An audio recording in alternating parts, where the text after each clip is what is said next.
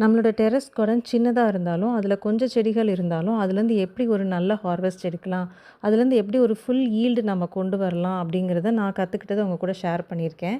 இப்போ வந்து மழைக்காலங்கிறதுனால, நம்மளுக்கு நல்ல ஒரு ஃபாஸ்ட் குரோத் இருக்கும். காய்கறிகள், பூக்கள், பழங்கள் எல்லாமே. ஸோ, நம்ம அதுலேருந்து நம்ம எப்படி நல்ல ஒரு குரோத் ஹார்வெஸ்ட் எடுக்கலான்னு பார்க்கலாம். எந்த செடியா இருந்தாலும் எக்ஸாம்பிளுக்கு இந்த கத்திரிக்காய் செடி எடுத்துக்கலாம்.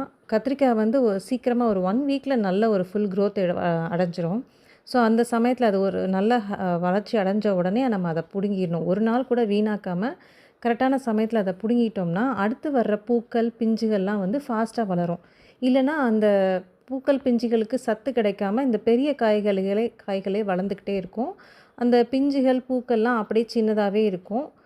பூக்கள்லாம் அப்படியே உதிர்ந்துரும். ஸோ, இத நம்ம தடுக்கணும் அப்படின்னா, நம்ம வந்து கரெக்டான சமயத்தில அந்த காய வந்து செடியிலேருந்து பறிச்சிரணும். அப்பதான் அடுத்த பூக்கள்லாம் வந்து உதிராம பிஞ்சா மாறும். பிஞ்சுகள்லாம் வேகமா காயா மாறும். இதுதான் எல்லா செடிகளுக்குமே நான் ஃபாலோ பண்றேன்.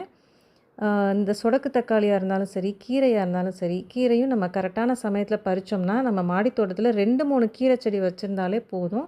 4, 5 நாளைக்கு ஒருக்கா நம்ம அதுலேருந்து ஹார்வெஸ்ட் எடுத்துக்கிட்டே இருக்கலாம்.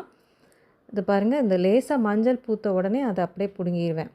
அத நம்ம விட்டு வச்சோம்னா, அடுத்து வர்றதுகளுக்கு சத்து பத்தாம செடியில அப்படியே ஒரே ஸ்டேஜ்லேயே இருக்கும். பூசணிக்காய், அப்புறம் வெள்ளரிக்காய். இத பாருங்க, பிஞ்சு வந்து இது பச்சையா இருக்கு. இன்னொரு பிஞ்சு மஞ்சளா இருக்கு. காரணம் சத்து கிடைக்காம அது அப்படியே சுருங்கி மஞ்சளா இருக்கு. எல்லா காய்கறி செடிகளுக்கும் நான் இதே மெத்தடு தான் ஃபாலோ பண்றேன்.